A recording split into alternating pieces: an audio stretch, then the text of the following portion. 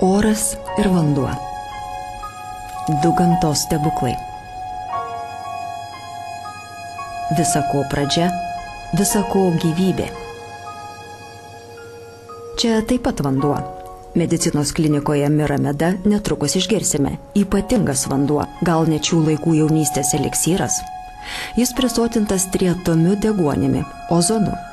Nesumeluosime, pačiu natūraliausiu gamtos antibiotiku.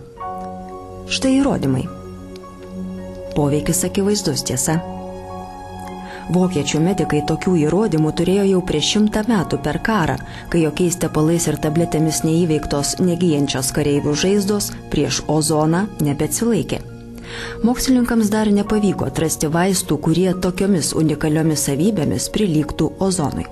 Ozonas yra aktyvus deguonis, o deguonis, kadangi visiems yra reikalingas ir žmonėm dabartinis mūsų gyvenimo tempai ir gyvenimo būdai yra tokie, kad mes mažiau gaunam tos deguonies, daugiau prie uždarose patalpose sėdim prie kompiuterių, televizorius, ekranų ir taip toliau. Tai ir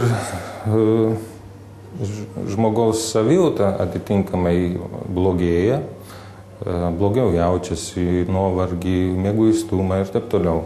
Ozonas veikia atvirkštinė prasme.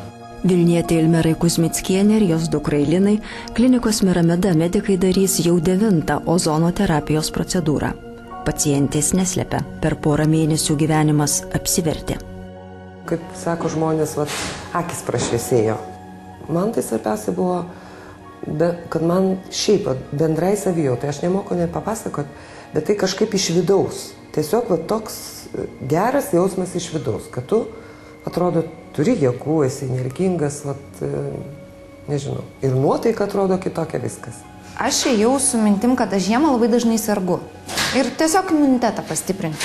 Iš tikrųjų pasikeitė labai akivaizdžiai, aš net nesitikėjau tokio poveikio, ta prasme, kad anksčiau, pavyzdžiui, aš grįždavau po darbo, tarkim, +-7, ar ne, dar porą valandų posėdį ir viskas.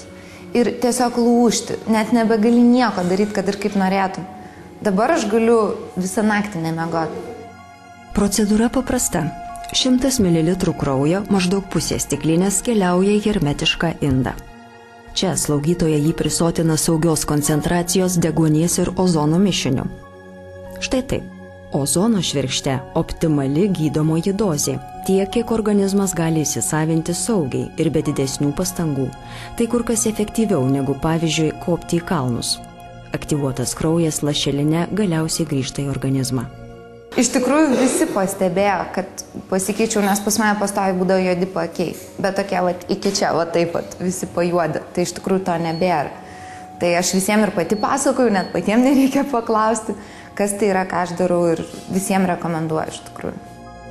Ozonas gali padėti ir sunkiai sergantiems. Pastebėta, kad kartu su kitais gydytojo paskirtais vaistais ir procedūromis ozono terapija ypač veiksminga sergantiems diabetu, astma, bronchitu, pakirstiems virusų ir bakterijų, varginamiems alergijų, migrenos ir kitų ligų.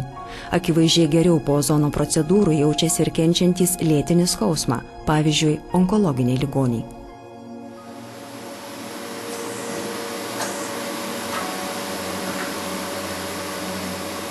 O štai grožio specialistai ozoną vadina dar ir jaunystės sargu.